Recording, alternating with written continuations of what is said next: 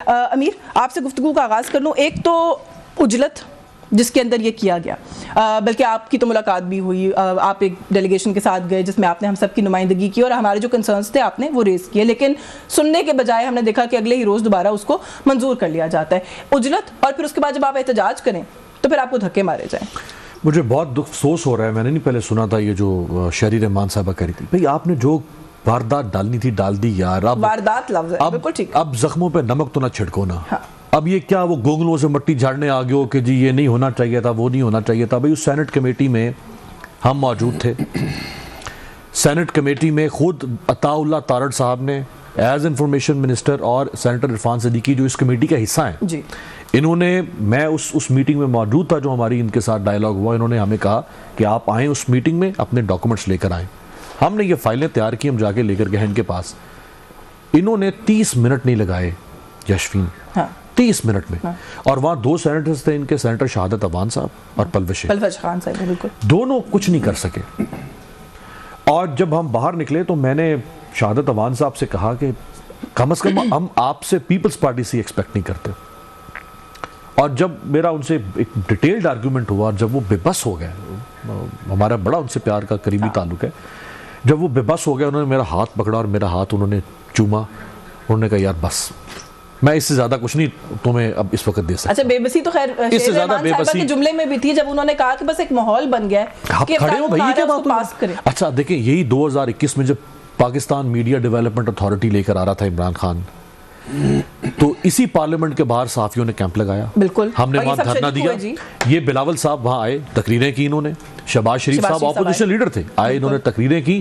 اور ان سے بڑا کوئی اس وقت صحافت کا چیمپئن ہی نہیں لگتا تھا. ہم سے بڑے صحافی تو یہ ہیں, ایسا ہی ہے, ہم اتنے نہیں ہیں. ان کو کم از کم اتنا تو شرم آنی چاہیے تھی کہ آج ان دونوں کی حکومت ہے, اور یہ کوئی 20 سال پرانا قصہ نہیں ہے, 4 سال پہلے آپ کر رہے تھے. تو آپ یہ تو بتائیں کہ پھر پی ایم ڈی اے, اگر آپ کا قانون ٹھیک ہے تو پھر پی ایم ڈی اے بھی ٹھیک تھا. اچھا, اگر آپ تفصیلات کو ویسے اگر وہ کریں, کمپیئر کریں, اس سے بہت بہتر ہے. ہاں, اس سے بہت, حالانکہ وہ بھی کالا قانون تھا, لیکن اس سے بہت بہتر ہے. انہوں نے اس میں کرمنلائز کر دیا ہے.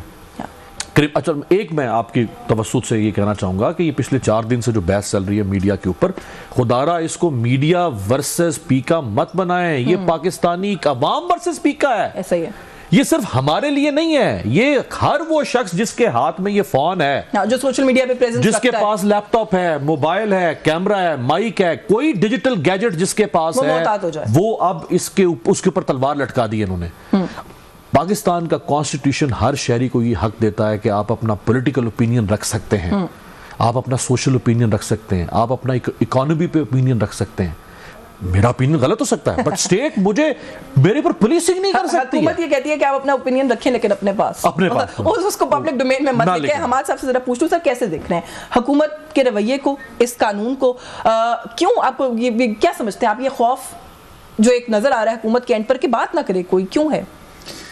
دیکھیں یشفین, تاریخی طور پر ہم دیکھیں تو چلو مارشل لائے جو تھی اس ملک میں, جو طویل مارشل لائے رہی, Ayub martial law, Zia martial law, Musharraf martial law, وہ تو پریس کے ساتھ ٹکراتے رہے اور میڈیا کی آزادی کے ساتھ ٹکراتے رہے. چلو وہ تو آمریت تھی, لیکن المیہ یہ ہے کہ اس سے زیادہ ہماری سویلین یا جمہوری حکومتیں جو ہیں ان کا رویہ مارشل لاؤں کی نسبت بھی زیادہ سخت تھا. یعنی بھٹو دور میں آپ دیکھیں تو بھٹو نے بہت سارے اخبارات پر پابندی لگائی, بہت سارے صحافیوں کو جیلوں میں ڈالا, جماعت اسلامی کے اخبار پر بھی پابندی لگائی, سعود سائر سے لے کر مجیب الرحمان شامی تک, صلاح الدین صاحب تک, بہت سارے صحافیوں کو, اور یہ سلسلہ پھر آتے آتے نواز شریف تک بھی آیا. لیکن اس میں ہم عمران خان کو اس سے نہیں نکال سکتے. یعنی ان کے دور میں بھی میڈیا کے ساتھ یہی ہوتا رہا, اور جب انہوں نے ایسا کیا تو پھر مریم نواز آ کر صحافیوں کے ساتھ کھڑی ہو گئی تھی. یعنی جہاں پہ آج اس کے مخالف سمت میں کھڑی ہے تو کل وہ اس کے مخالف سمت میں کھڑی تھی اور صحافیوں کی حمایت میں بول رہی تھی. لیکن تھوڑا سا ایک باریک سا فرق تو ہے نا, وہ جو میڈیا ڈیولپمنٹ اتھارٹی تھی وہ پھر نہیں بنی نا. یہاں تو انہوں نے ہماری باتیں بھی سنی, ہمارے اعتراضات بھی سنے, پروٹیسٹ بھی سنا, صبح جا کے قانون پاس کر دیا. یہ باریک فرق تو ہے، اس کو مانتے ہیں. وہ تو ٹھیک ہے کہ وہ اجلت میں پاس کر دیا، لیکن اس میں پولیٹیکل پارٹیز جو ہیں وہ بھی پوائنٹ سکورنگ کر رہی ہے. یعنی جو ابھی شیری رحمان بول رہی تھی، تو ایک طرف تو آپ ان کے ساتھ کھڑے ہیں اور دوسری طرف آپ صحافیوں کو راضی کر رہے ہیں. ایمل ولی نے بھی آج سینٹ میں تقریر کی اور کہا کہ اس کا پہلا شکار میں بنوں گا. ہم بنیں گے، ہاں میں بنوں گا. تو دیکھیں ایک جو سیاسی منظرنامہ ہے اس کے اندر بھی یکسوئی نہیں ہے. تو اس کا ہم کیا مطلب لے کے یہ کون کر رہا ہے؟ پھر کون کر رہا ہے بتا دیں. تنزیلہ آ گئی ہیں پروگرام میں. میں نے ویسے لیڈیز فرسٹ کے فارمولا پہ ان سے شروع کرنا تھا، مگر لیٹ ہو گئی. وہی لوگ کرتے ہوں گے جو حکومت چلا رہے ہیں. جو وہ تنزیلہ یہ کون کرا رہا ہے؟ چلے ہمارے صاحب نے بٹوین دا لائنز بات چھوڑ دی ہے، لیکن ایک تو ظاہر ہے اپنی رائے دیں اس سارے معاملے کے اوپر. احتجاج جب ہم کرنے لگتے ہیں اس طرح کی کسی چیز کے اوپر تو احتجاج بھی نہیں کرنے دیا جاتا. اس کو کیسے دیکھتی ہیں تنزیلہ؟ آپ کو آواز میرا خیال ہے یشفین کے وقت گزرنے کے ساتھ ساتھ جہاں دنیا میں آزادیاں مضبوط ہو رہی ہیں، ماحول بہتر ہو رہا ہے، ہم تھوڑے سے ریگریس کر رہے ہیں، ہم پیچھے کی طرف جا رہے ہیں. اور اس میں دو طرفہ قصوروار ہے، مطلب معاشرہ بھی قصوروار ہے اور ریاست بھی قصوروار ہے. تو میں تھوڑا سا اس کو انٹلیکچولی بھی دیکھنا چاہتی ہوں کہ آخر ہم نے ایسا کیا غلط کیا ہے. جہاں تک صحافتی اقدار کا تعلق ہے کہ ہماری صحافتی برادری کے اندر ایسے کچھ عناصر آئے، صحافت کی جتنے بھی اقدار جو تو قیود تھیں وہ تمام پار کر دیں. اور اس وقت کیونکہ وہ ریاست کو سوٹ کر رہے تھے تو ان کی بڑی، ہم اس وقت بھی اچھے نہیں لگتے تھے، ہم آج بھی اچھے نہیں لگتے. تو ایک تو یہ بڑا مسئلہ کہ آپ نے ایسے ایلیمنٹس کو صحافیوں کا لبادہ اوڑھنے دیا، ان کو قبولیت کہ اب وہ پتہ کہ وہاں پہ مسائل پیدا ہوئے ہیں. دوسری جانب دیکھیں، ساری دنیا میں آپ کہہ رہے ہیں کہ ہم نے ڈیجیٹل پاکستان، ہم نے ڈیجیٹائزیشن کرنی ہے، ہم نے ڈیجیٹل اکانومی اپنی کھڑی کرنی ہے. تو ڈیجیٹل اکانومی کیسے آپ کھڑی کریں گے؟ یعنی کہ آپ ڈیجیٹلی امپاور کریں گے اپنے لوگ. تو جب آپ اپنے لوگوں کو امپاور کریں گے تو آپ یہ نہیں کہہ سکتے کہ آپ اپنی رائے نہ دیں. اس رائے دینے میں جو مسائل ہیں انٹلیکچولی تو حل کرنے کی ضرورت ہے اس معاشرے کو. دیکھیں، اس معاشرے میں ہم نے بدتمیزی کو گلوریفائی کیا. یہ تو اچھی پڑھ لکھ کے گفتگو ہیں، میرے آپ جیسے امیر جیسے حماد بھائی جیسے، ان لوگوں کو کوئی نہیں سنتا. یہ لوگ سٹارز نہیں ہیں اس معاشرے کے. سٹارز وہ ہیں جو بولتے ہیں، جو بدتہذیبی کرتے ہیں.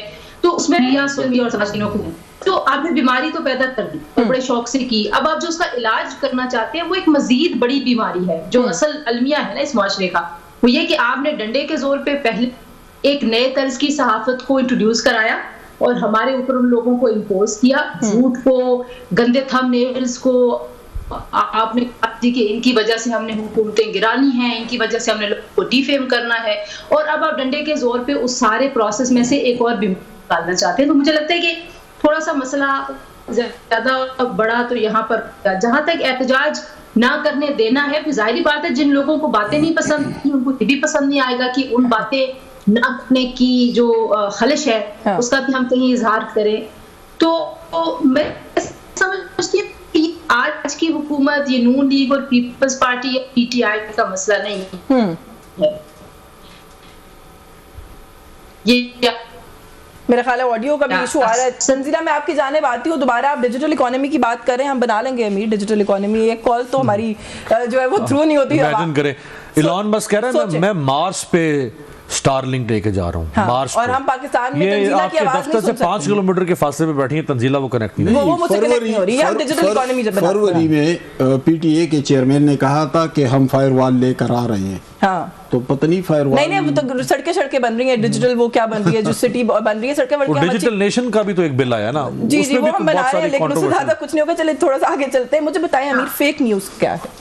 دیکھیں نا اصل بحث تو اسی چیز کے ارد گرد ہے نا. وہ کہتے ہیں ہم نے تو بڑا وضاحت کے ساتھ ڈیفائن کر دیا کہ فیک نیوز کا ہے. تو آپ کو کس بات کی گھبراہٹ ہے؟ یہ سرین جھوٹ ہے کہ آپ نے فیک نیوز کو ڈیفائن کیا ہے. ہم جب ان سے ملے ہم نے ان سے کہا کہ بھائی آپ فیک نیوز کی بات کرتے ہیں، ہم آپ سے زیادہ بڑے ایڈوکیٹ ہیں فیک نیوز کو ختم کرنے کے. بالکل. آپ اگر کوئی اور گھٹیا قسم کے پروپیگنڈا کی بات کرتے ہیں، خاص طور پہ جو پرسنل پرائیویٹ اٹیکس ہیں کسی کے اوپر، ہم اس کے وکٹم بھی ہیں. آپ بھی وکٹم ہیں، ہم بھی وکٹم ہیں.